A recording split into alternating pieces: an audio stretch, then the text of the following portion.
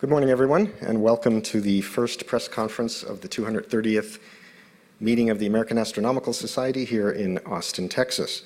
I'm Rick Fienberg. I'm the AAS press officer, and I'm assisted today by my deputy press officer, Larry Marshall, who's going to be monitoring the webcast, and my colleague, Susanna Kohler from AAS Nova. She's the editor of AAS Nova. Please, everybody, silence your cell phones. I always have to check mine because mine has gone off in the past.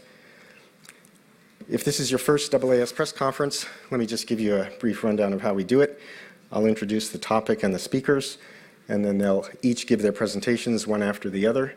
And then when they're all finished, we'll turn it over to Q&A. If you're on the webcast, we know that there's a problem with the chat window, but our tech team is working on it, and with any luck, they'll have the chat window working again in time for the Q&A. You might need to to close the webcast and relaunch it at that point. If so, I apologize, but we do expect to get it working. Two press releases have gone out this morning to the AAS press list related to this morning's briefing. So in the past, it was almost always the case that there was a black holes briefing at every AAS meeting. And at the last AAS meeting, I don't think we had one. Black holes have been kind of supplanted by exoplanets as the new topic that always has a briefing, sometimes even more than one. But thanks to LIGO, black holes are back, and so we have a black hole briefing. So we're going to hear 4 presentations today that are going to cover black holes, big and small, singular and paired. So we'll cover quite the gamut, and we're going to hear from 4 researchers who are giving presentations here at the Austin meeting. So, I wanted to make a couple of quick announcements for the press. There's a sign-up sheet for the press dinner, which is Wednesday evening, in the press office on the table. Similarly, a sign-up sheet for the press tour, which is to UT Austin's Ransom Center to see some rare astronomy books. Please sign up by tomorrow evening, so I'll know what the head counts are for both of those. And then tonight, after the meeting all the meeting business has concluded, there's a special AAS edition of Astronomy on Tap happening at the North Door, a pub or a bar up in not too far from here, 10-minute ride. And it'll be featuring 3 astronomers who are here at the meeting giving presentations, Jackie Faherty, Konstantin Batygin, and Bonnie Meinke. And they'll be talking about citizen science search for planets beyond Pluto and in other solar systems, and of course the hunt for Planet 9. So if you haven't had enough beer by 7:30 tonight, show up at the North Door. Okay, so our presenters this morning are Richard O'Shaughnessy from the Rochester Institute of Technology. He's going to talk about what gravitational waves from black holes say about supernova physics, the events that give rise to black holes. Then Stephanie Juneau from the National Optical Astronomy Observatory is going to talk about blowing the cover of a hidden black hole.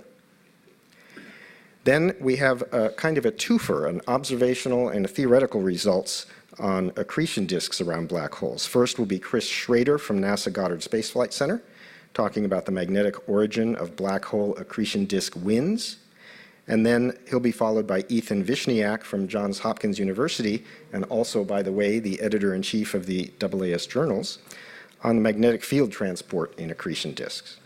So with that, I will turn it over to Richard.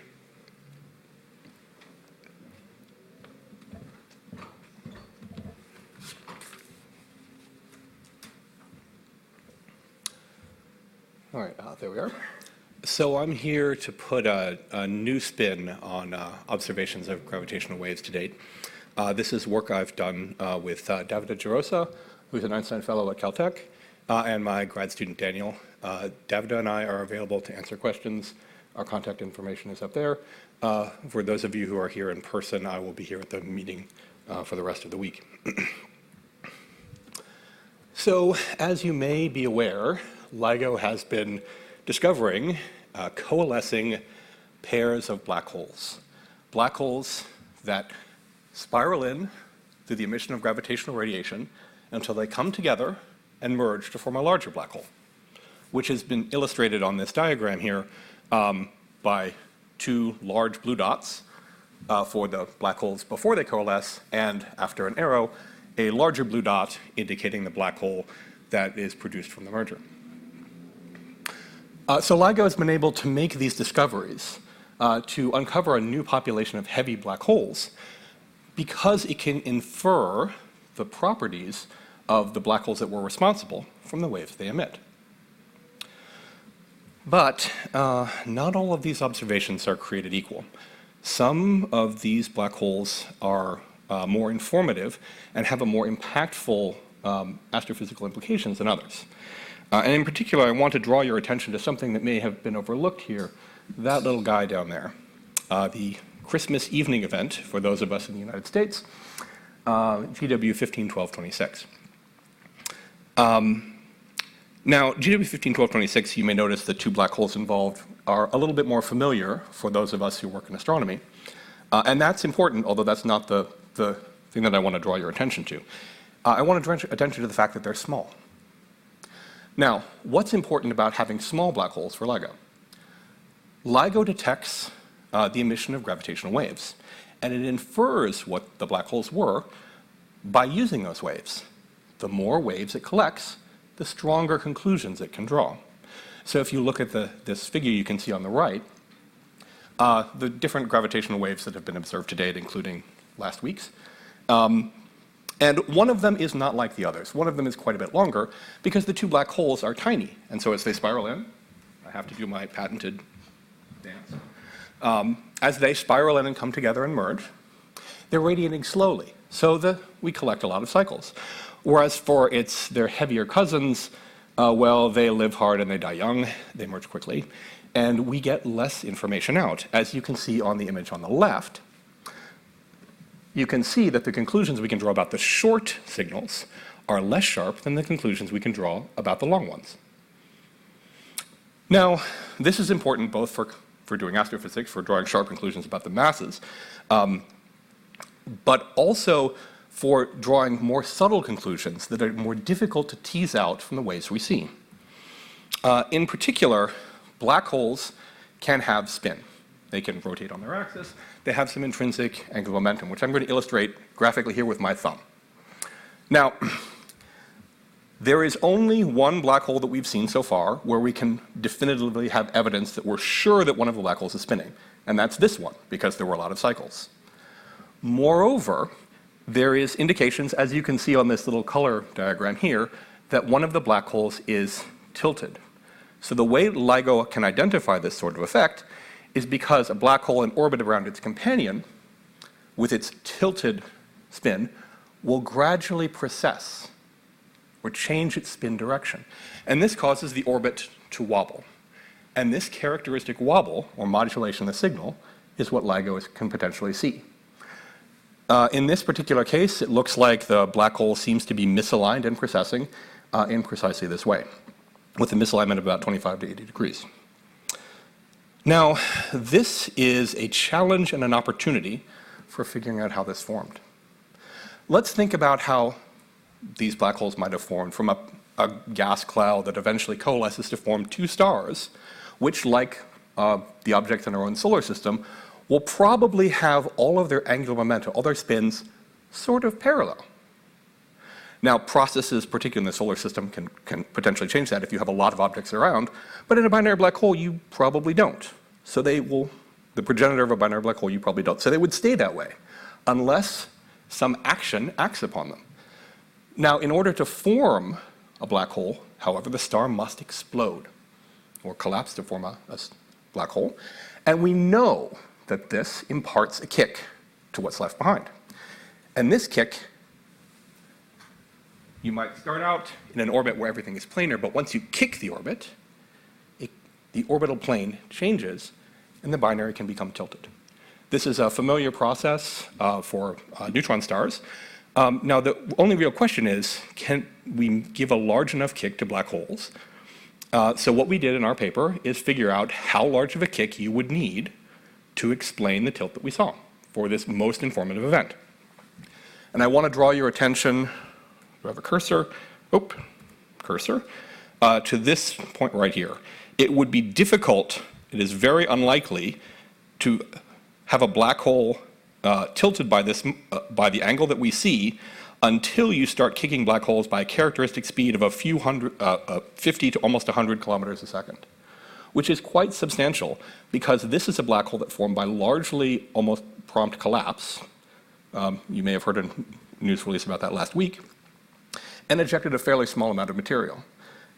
So what we can say with confidence is that one of LIGO's black holes has a tilted orbit. And a strong black hole birth kick will allow us to reproduce the data. If this is so, then this will be a serious challenge for supernova modelers to explain. But that being said, this is something which is consistent with observations to date that have provided tentative support for black hole kicks as seen through X-ray binaries, both through their proper motions, their velocity on the sky, and through some tilt angles of black hole jets. Now, one of the wonderful things about this prediction is that this is not something which is going to be testable by infinitely sophisticated instruments in the near future. This will be testable now. So if you don't believe me, you can go out and check. You can look at archival data, which already has support for this. You can do new observations. LIGO will have new observations very, very soon, which will allow us to confirm that this is the correct interpretation and to pin down the magnitude of the black hole kick. Moreover, this will have significant implications for the formation and evolution of pretty much any process that involves the formation of heavy black holes. For example, you may have heard that black holes can form in globular clusters. Globular clusters have a very weak binding potential, so if black holes receive a strong kick, they will preferentially be ejected, and you will have very few in there. And so, for example, they will probably not be the responsible for the observations that LIGO sees. Now, to be fair, we're still doing black hole Sudoku. There are several ways that we could imagine solving the puzzle of the observations that we've received to date. There are a lot of boundary conditions, but fortunately we have a wealth of observational data to test some of them. Some others can only be tested by infinite things far in the future.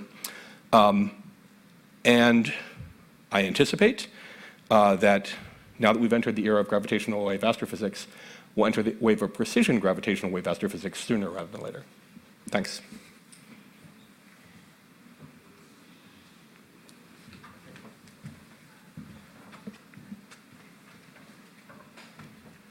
In case you were wondering why we go 1, 2, 3, 4 before we take any questions, it's to make sure that the question period doesn't take up time from the speakers.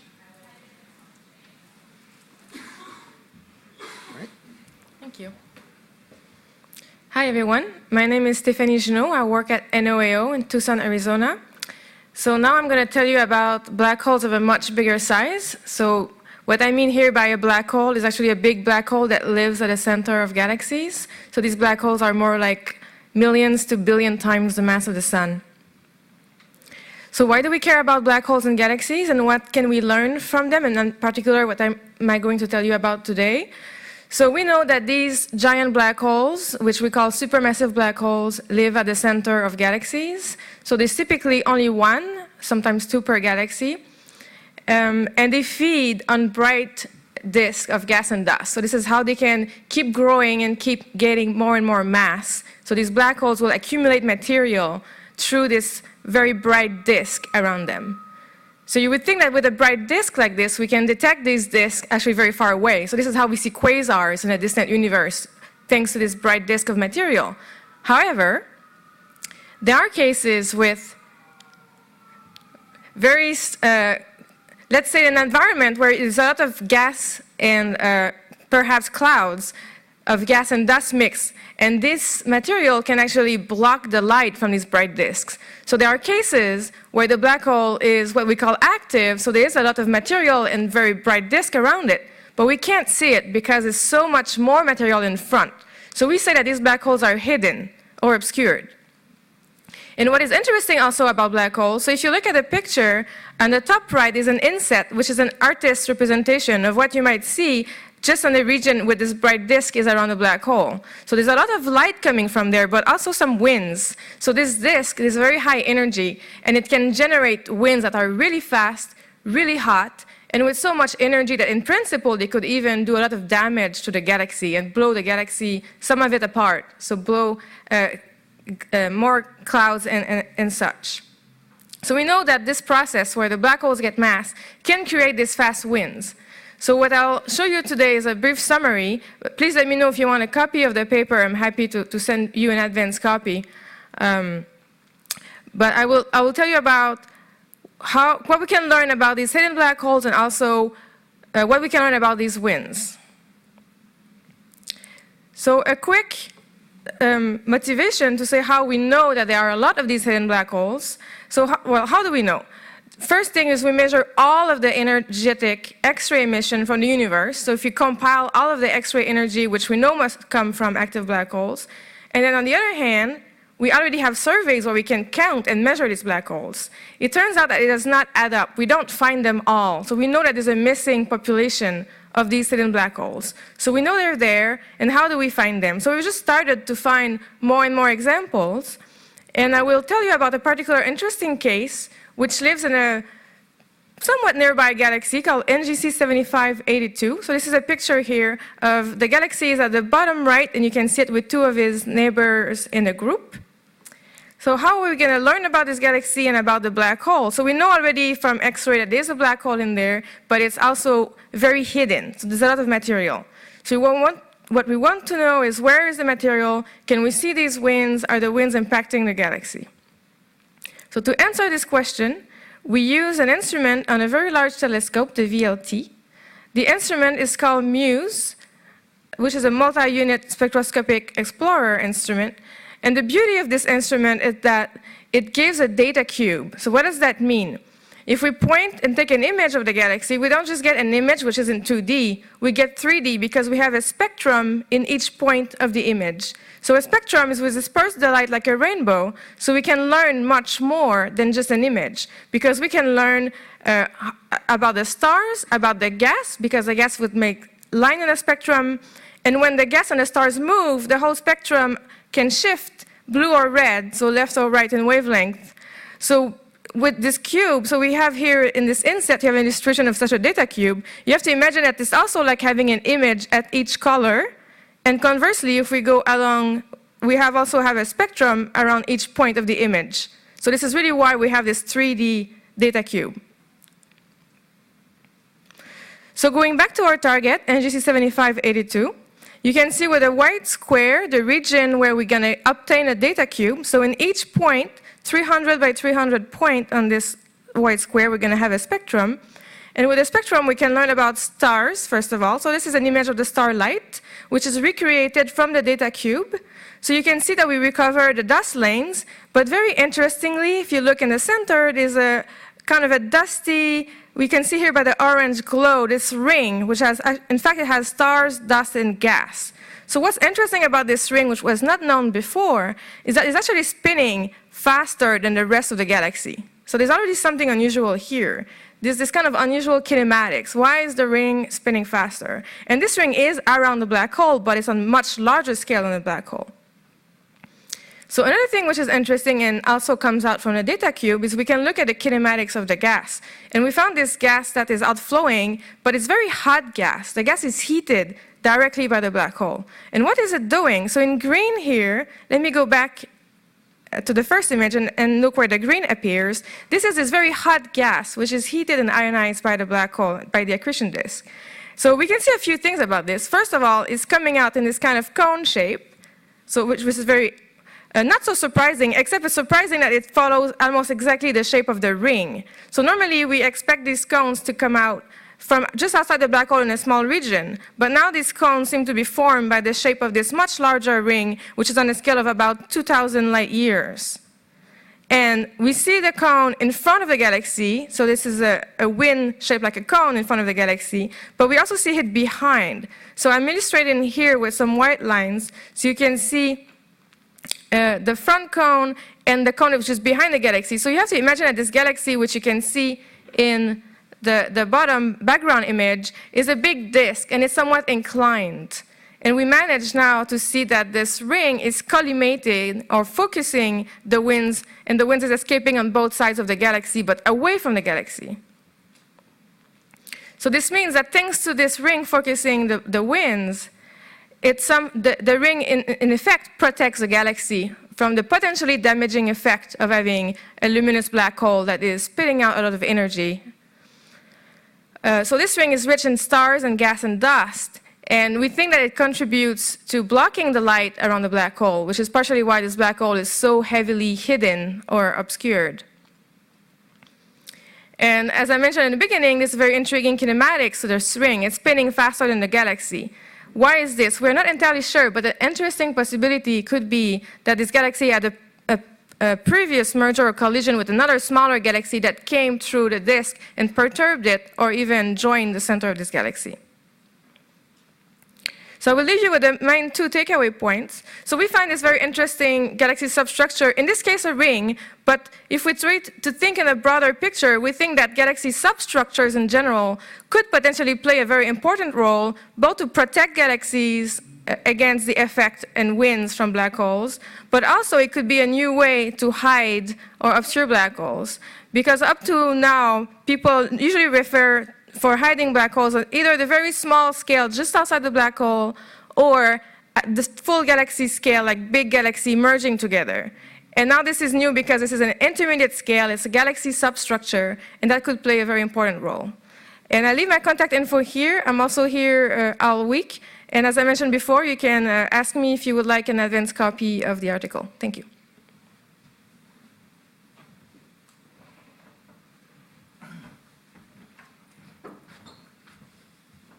How do we get that? That reset button, big reset button. And then just choose your PowerPoint.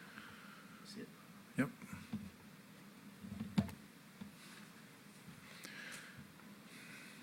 Good morning. My name's Chris Shrader. I'm from the NASA Goddard Space Flight Center.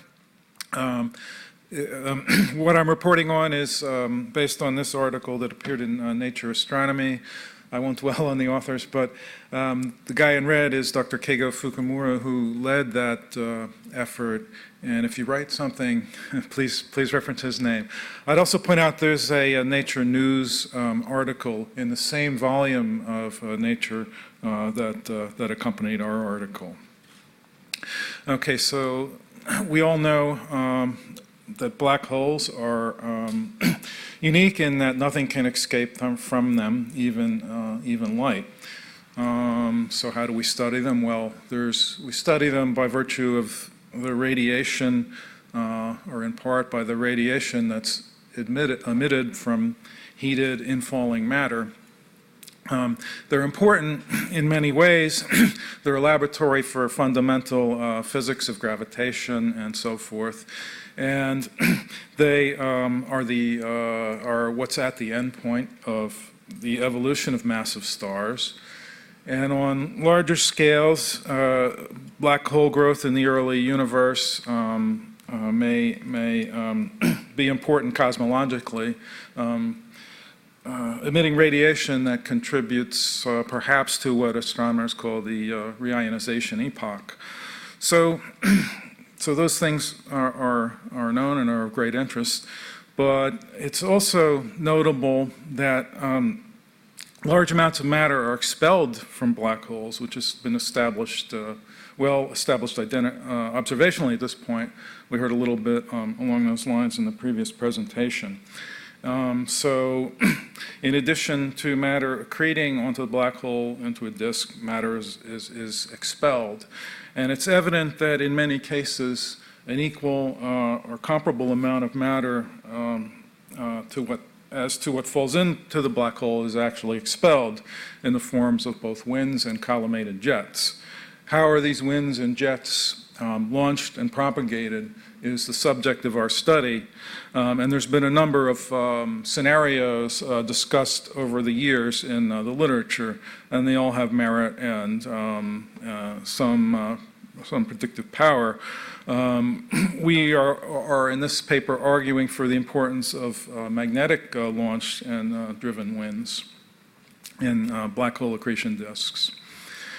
So it's well known that magnetic fields exist in accretion disks. They may regulate the accretion flow, as we may hear about in a subsequent discussion.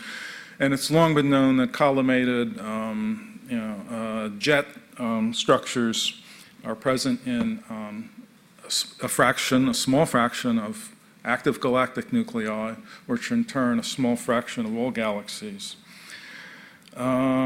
It's further known that less collimated wide-angle outflows exist in both of those classes of black holes, that is active galactic nuclei and galactic black hole binaries.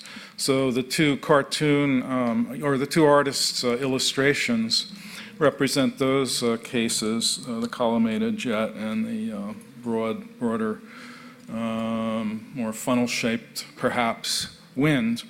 And the cartoon in the lower right-hand side is a graphic, a schematic of our model.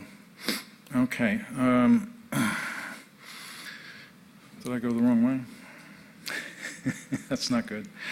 Okay, so how do we test our idea? Well, as was noted a little bit in the previous discussion, the signature for outflows from black holes is a spectroscopic one. And the graphic in the lower left is not from that's attributed to John Miller from the University of Michigan. But there's in addition to the artist's conception of matter accreting onto the black hole and the winds being ejected from the disk, the inset shows a spectrum, in this case in the X-ray portion of the electromagnetic spectrum, in which you can see a number of absorption features, a number of sharp and in some cases broadened absorption features. And it turns out that they're shifted in velocity space by often hundreds, even in some cases up to 1,000 kilometers per second in the galactic black holes, and even to much larger velocities in the active galaxies, becoming into the relativistic regime. So how do we study that in detail to test our model and our ideas? We need a bright source that we can obtain a spectrum such as the one depicted there, and a good state-of-the-art X-ray spectrometer with which to do that.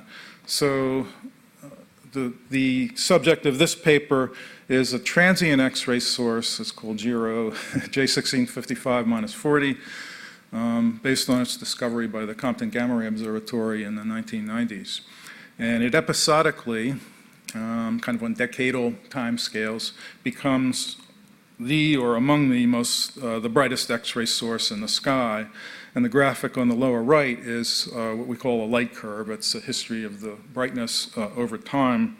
The vertical line indicates where the observations which we base our analysis on were made. So it wasn't the brightest part of the outburst, but very bright. And it's hard to tell on this scale, but it brightens by factors of tens of thousands or something like that. So, okay. So the upper left-hand graphic is an illustration of our model schematically. I won't go into too much detail, but the shading represents the density that we calculate based on our MHD magnetohydrodynamic calculations. So we can compute the density and the ionization, which involves, which is a function of the density and temperature, along an observer's line of sight, and do a calculation along that line of sight and predict what the overall spectrum should look like. Now, I'd point out that many people have looked at the spectra and analyzed individual lines or group of lines in great detail and derive very important information about the atomic physics.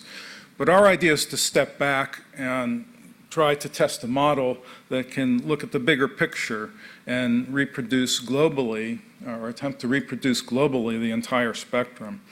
So the results of those calculations are on the panel on the right, which is actually different portions of the spectra broken up sort of line by line. And while maybe it's a little hard to see, but some of the lines don't fit exactly, or they may be shifted slightly. We were able to reproduce the positions and velocities and approximate widths of nearly 40 atomic features in the X-ray spectra covered by the Chandra spectrometer. So that we found that was the essence of our paper, and the success with which our model could do that argues for this type of graphic schematic depicted in the upper left, namely that the winds are channeled along these black lines by the magnetic fields threading the disk, and that the ionization and density can be calculated within the context of such a model, leading to our calculations that predict what the absorption spectra look like. You can look at individual lines within that plot in more detail, and I won't say too much, but by looking at this object and other objects and varying the parameters of our model, we can obtain information about the physical condition, what we call diagnostics, and get a better feel for the environments and the nature of the processes there. So, what can we conclude? We made some pretty specific predictions about what the atomic absorption spectrum in the X-ray band should look like in this particular object, and we're able to reproduce the spectrum pretty well. And our model, again, is based on a magnetically driven outflow mechanism. And we feel that at least in this object, we've made a pretty compelling case for that to be a good representation of the data. And we're continuing this activity. We're applying it to active galaxies as well, and have had some additional success. And hopefully there will be more papers forthcoming. Okay, so that's the essence of my talk. Thank you.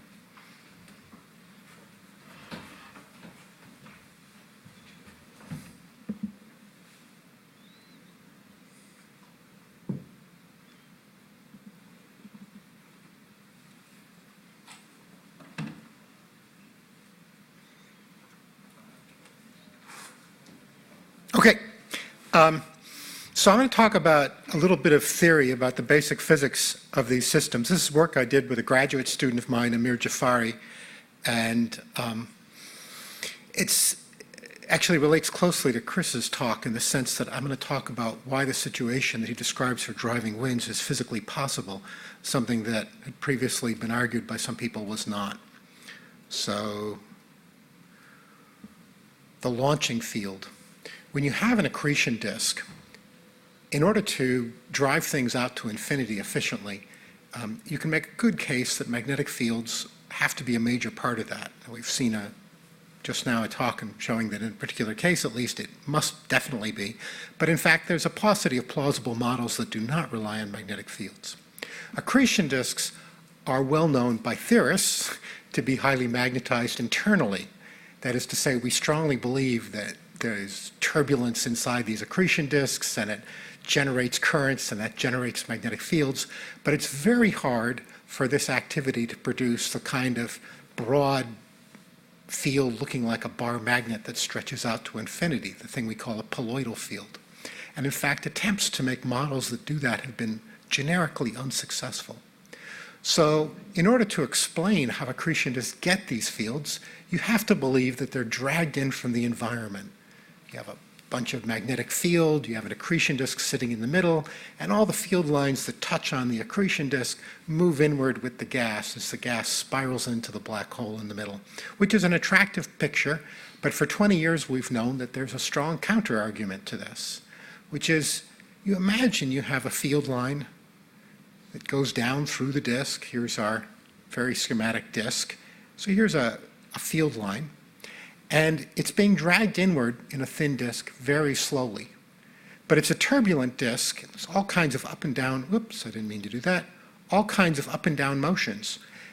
Magnetic fields in a turbulent medium are a little bit like cream in your coffee, maybe like dissolving threads of cream in your coffee, which is a less appetizing picture.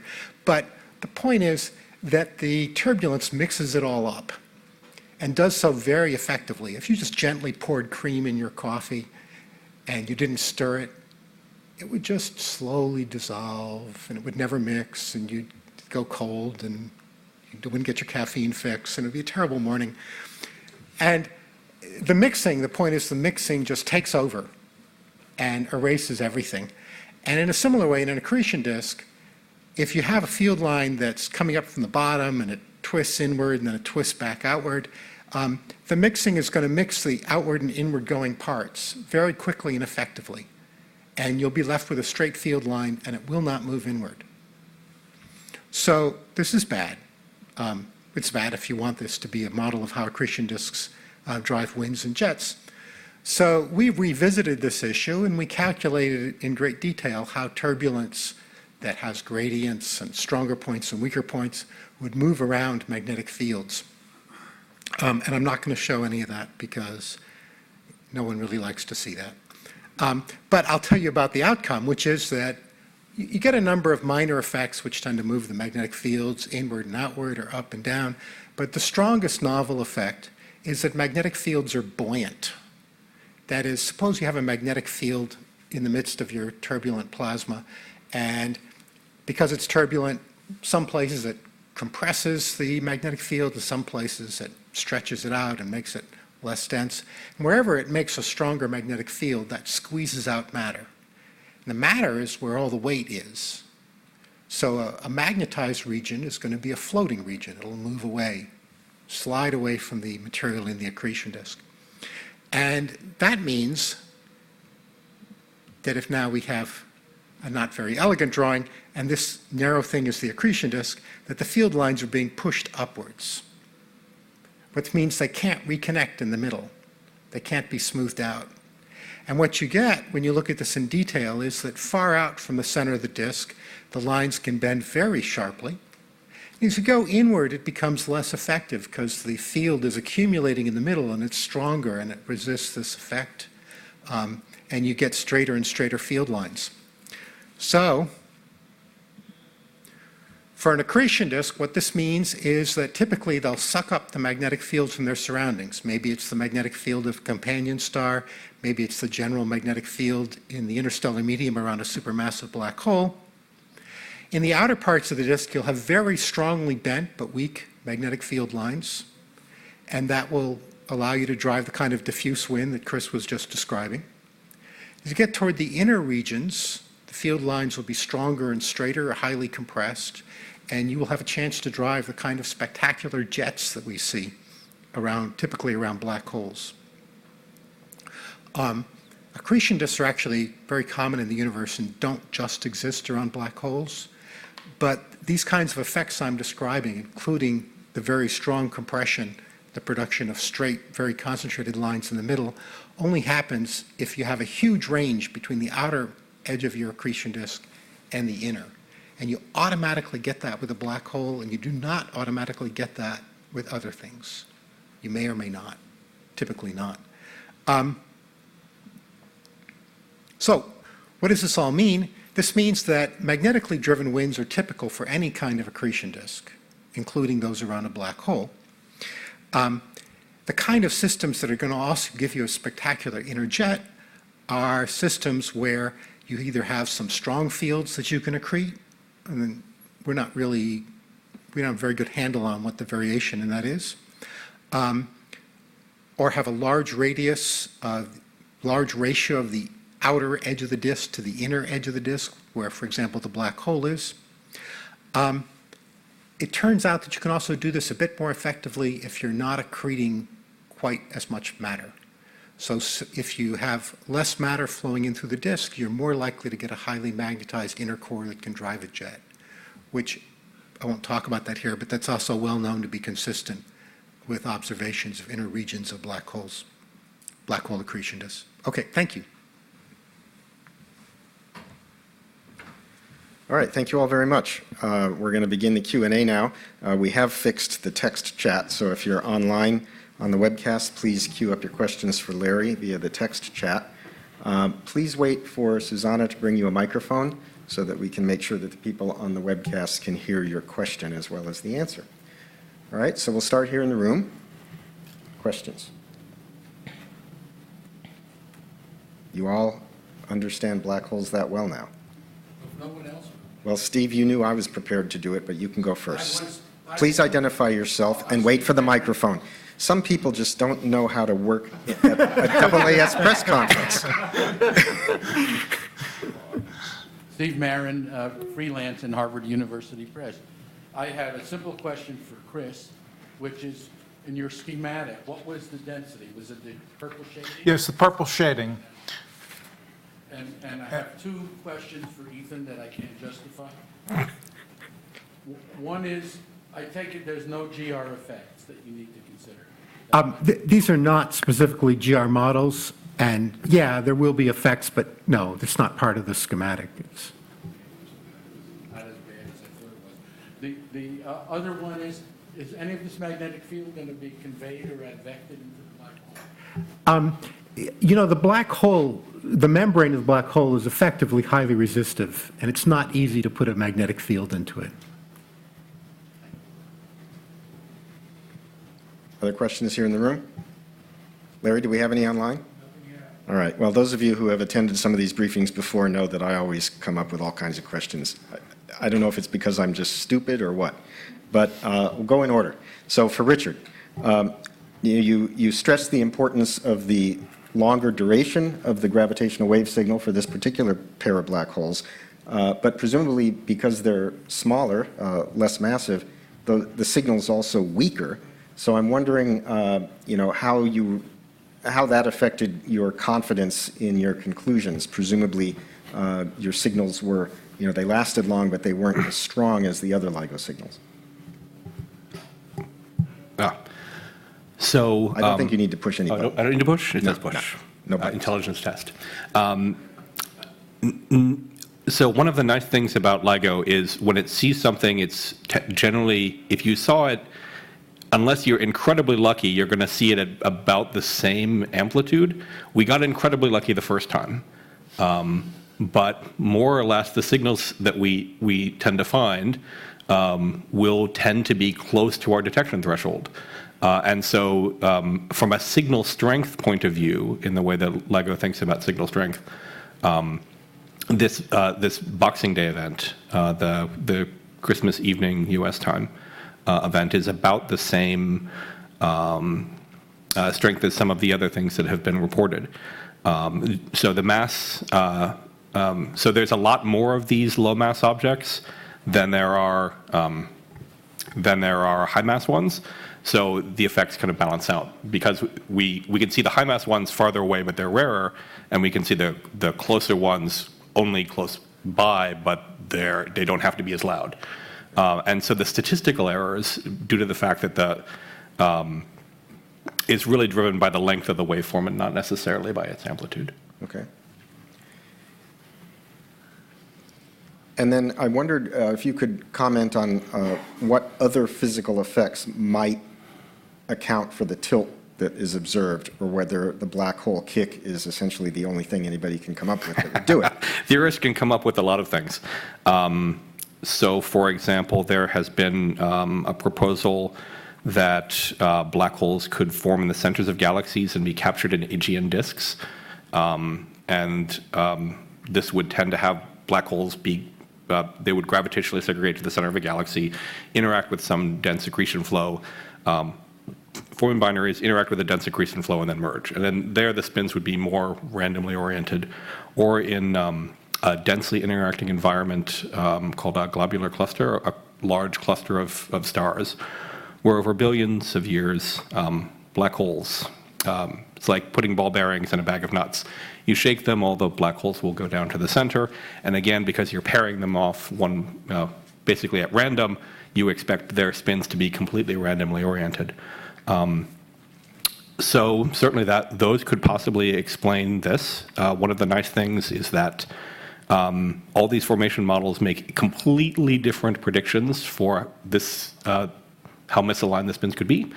And so it shouldn't be too long by gravitational wave timescales before we can tell them apart. Okay.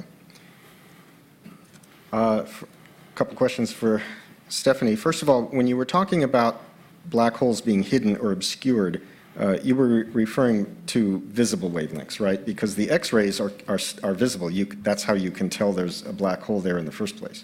Actually, they can be obscured also at X-rays, and in this case, these are called, in the terminology is Compton-thick AG, and they're actually also obscured in X-rays. Okay. So I'll just briefly say the difference quickly is, in the optical, the dust is blocking optical light. So if it's dusty, it's going to look dark because the light cannot go through.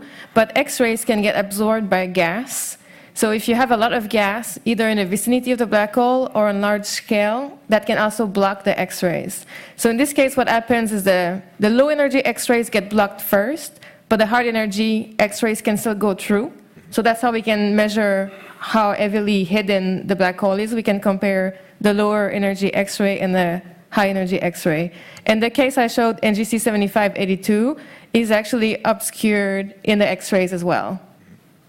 Okay, and then since you found this large disk around the center of this galaxy, what does that tell you, if anything, about the smaller disk that you expect to be much closer to the black hole?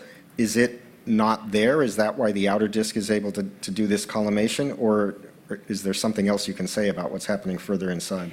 Yeah, this is a great question. Because I was giving a very short talk, I did not have time to go through the detail, but we have actually a very interesting and unusual geometry here, because in the infrared, this is what we call a type 1 AGN. So it means that the little accretion disk around the black hole is facing toward us, but the ring is perpendicular. So there's basically a 90-degree almost, or some very strong angle between the accretion disk around the black hole and that ring, which makes it even more unusual because the outflows are trying to go in the ring, but the ring is there and it's bouncing them out. So they're collimated by the outflow going outwards, but they have to bounce against that it's about a 2,000 light-year ring. So in fact, we think they're strongly misaligned, which makes the system even more unusual. Mm-hmm. Okay. And has that system been looked at with a new star yet? Or where did you get the X-ray outflow image? Okay, so I showed optical. Sorry, I should clarify. This system has been studied in radio, X-rays, optical, infrared, and basically everything we could. And in this case, the new data with MUSE is optical light. So I'm showing these outflows of hot ionized gas that we see in the optical. It turns out that in soft X-ray with Chandra, there's about a very similar shape. So we see the outflows with both soft X-ray and optical, and this is due to very hot plasma, hot gas. And with X-ray, there's also been a lot of observations over the years, and it's been found that the signal varies a lot. And also the obscuration varies a lot. So this means that the obscuration comes from different scales. So some of it does happen near the black hole, and then there's a range of scale, and including this interesting ring at 2,000 light years. But it's not the only contributor to the obscuration. There's a range of scales, so it's a bit of a complex system. Okay, I don't want to hog the Q&A. Do we have anything online now? Yes, we've got a question from Monica Young at Sky and Telescope, and the question is for Dr. Juneau. Can you explain the size scale of the ring you observed, the typical torus thought to surround supermassive black holes, and the black hole itself with the accretion disk?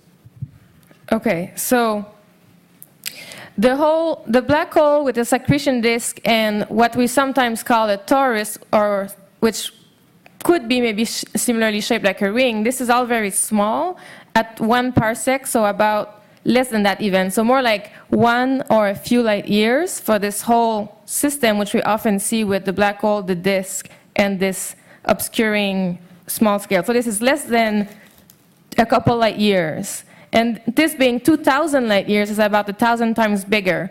So the ring that we found is 1,000 times bigger than what you would expect to be the very small scale obscuring medium. Thank you. Anything else? No? Okay, then I have sorry, any other questions in the room now? All right, I have a question, sort of Chris and Ethan can maybe both answer it or argue over who gets to answer it. So we've seen a very clear example of a system where the magnetic field appears to be a good explanation for channeling the outflows. And then Ethan talked about theoretical justification for this kind of process. My question is, the scales at which we see black holes and outflows is so varied, from stellar mass black holes to supermassive black holes in galaxies. And I'm wondering if the modeling that you're doing and the strengths of the magnetic fields and all of that, if it's consistent to be able to explain what we're observing all the way across this huge range of masses and size scales. Okay, I can go first. I only showed this particular X-ray binary in detail in this presentation, but we're also looking at active galaxies. And we're encouraged that our model may be scalable over that range. Now, there's a lot of complications. I noted that there's different processes for producing winds, and nature is not always kind, and there may be combinations of those things going on. But in the talk I'll give tomorrow, I'll show some preliminary work on active galaxies that are analogous to what I showed here. So okay. It's looking like it's scalable, but Ethan? Sure. So to give a completely different but consistent kind of answer, one of the things that sets the system, besides the mass of the black hole itself, is the strength of the external field. Mm-hmm. And if you're in a binary system, that's the poloidal field of the companion star, which is generically something like a Gauss with a lot of variation. If you're a supermassive black hole in the middle of a galaxy, then the magnetic field involved is the magnetic field in the local interstellar medium, which in the centers of galaxies appears to be like a milligauss. Mm-hmm. Again, very generically. The fact that the black holes in the middle of galaxies are many orders of magnitude stronger is amazingly well balanced by the fact that the magnetic fields that they're accreting are orders of magnitude weaker. Okay. So it kind of works out, although I'm not sure there's a fundamental reason for that. Mm-hmm. Could just be a coincidence, but it works out. So the model applies either way? Yes. Okay, great. Any other questions in the house or online? Guess not. All right, then we'll wrap it up. Thank you all very much for your presentations. Black holes rule. I don't know if anybody noticed, I've got the waveform from the first LIGO detection on my tie. Wore that in your honor. We have another press conference this afternoon. The topic of that is hot planets and cool dwarfs, and that's at 2:15 in this same room. Just want to remind you again, press registrants, please come into the press office next door and sign up for the press dinner and or the press tour, both of which happen on Wednesday. Thank you very much, and we'll see you this afternoon.